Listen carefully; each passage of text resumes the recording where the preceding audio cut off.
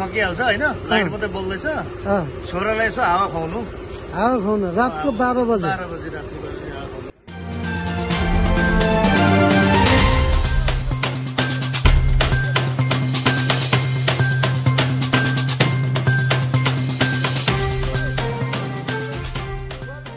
देखिराख्नु भयो त हम्काउँदैछु लुगाले सुत्न सकेको छैन कतिखेरदेखि यो लाइन गयो 6-7 घण्टै भइसक्यो त लाइन गएको यो त पहिलाको त्यो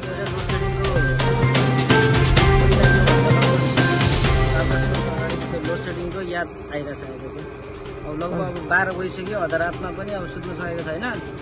त्यसरी अब हम्किँदै अब बाटोमा निस्केर बस्नु परेको छ त्यहाँभन्दा उता के भन्नु भडास मनभित्र भडास टन्नै छ तर अब के निकाल्नु हुन्छ त होइन सुत्न सकेको छैन